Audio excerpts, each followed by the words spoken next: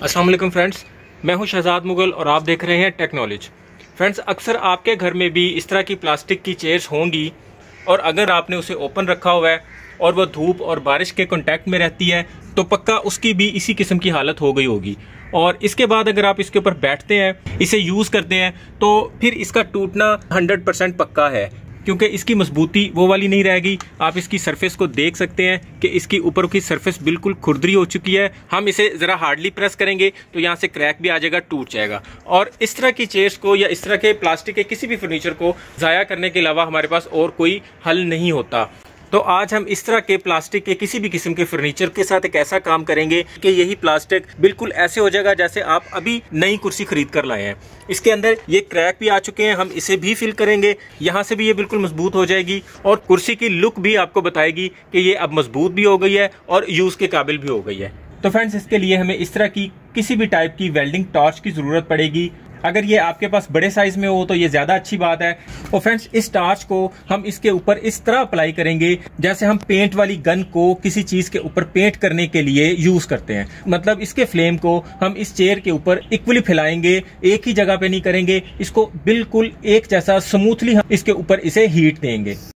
आप देख सकते हैं कि जहां जहां इसको मैं हीट दे रहा हूं वहां वहां से ये चेयर अपनी असली हालत में आ रही है और इसका कलर भी ठीक हो रहा है। अगर आपके पास इस गन की सहूलत नहीं हो, अगर आप ये गन अवेल ना कर सकें, तो इस गन की जगह आप गैस वाले पाइप के साथ भी इसे फ्लेम दिखा के ये काम कर सकते हैं। अदरवाइज इसके लिए एक और चीज का हम यूज भी कर सकते हैं जो कि यूज में इस गन से थोड़ी आसान होगी। तो फ्रेंड, इसके लिए हम हीट गन का यूज भी कर सकते हैं, क्योंकि बेसिकली हमें इस चेयर के ऊपर वाली सरफेस को हीट दे के इसे दोबारा से नया करना है। इसकी हीट को भी हम इसके ऊपर इक्वली स्प्रेड करेंगे ताकि ये चेयर पूरी की पूरी एक जैसी हो जाए। जिस जगह पे हमने हीट गन से इसे हीट दी है उस जगह का और इसके साथ वाली जगह का आप वाज़े फर्क देख सकते हैं।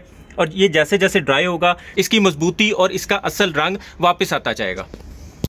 आप देख सकते हैं कि इस जगह पे चेयर कितनी मुलायम हो गई है और इस जगह पे वैसी खुरदरी है। इस जगह पे जरा सा हाथ लगाएंगे तो इस जगह से इसका प्लास्टिक सा ऊपर से उखड़ना शुरू हो जाएगा। ये देख, ये बिल्कुल रेत बनी हुई है, ये देख। और इस जगह से ये देख, जो मर्जी करी जाए, अब ये चेयर यहाँ से बिल्कुल नई हो चुकी हुई है। जिस तरह आमतौर पे आपने देखा होगा किसी भी स्टेडियम की चेयर्स ओपन बारिश में और धूप में लगी होती हैं, इसका मतलब ये नहीं होता कि उनका प्लास्टिक इस किस्म का होता है कि वो सारी उम्र खराब नहीं होती। वो भी खराब होती हैं और उनकी कंडीशन भी बिल्कुल ऐसी हो जाती है, लेकिन उन्हें भी रीन्यू किया जाता है, बिल्कुल भी उन्हें चेंज नहीं किया जाता, बल्कि इसी तरीके से उन्हें भी रीन्यू कर लिया जाता है। और अगर आपके पास किसी ब्रांड का फर्नीचर है तो ये नहीं है कि वो खराब नहीं होगा, वो भी खराब होगा। और अगर आप उसके जैसा दोबारा फर्नीचर मार्केट से लेते हैं तो अब मार्केट में बहुत महंगा मिलने वाला है। तो फ्रेंड्स, ये वही चेयर है जो अभी कुछ देर पहले बहुत रफ कंडीशन में थी। अब इसका प्लास्टिक मजबूत भी हो चुका है और ये बहुत मुलायम भी हो गई हुई है। अब हम इसके इन टूटे हुए पैचेस को भी रिपेयर करेंगे, लेकिन वीडियो लंबी होने की वजह से इसे हम यहीं पे स्टॉप करते हैं। इस तरह की चेयर को रिपेयर करने का तरीका हम नेक्स्ट वीडियो में सीखते हैं। उम्मीद है आज की वीडियो भी आपको बहुत अच्छी लगी होगी। वीडियो पसंद आए तो इसे लाइक और दोस्तों में शेयर लाजमी कीजिएगा। अभी के लिए इतना ही। अपना और अपनों का ख्याल रखिएगा। बहुत बहुत शुक्रिया। अल्लाह हाफिज़।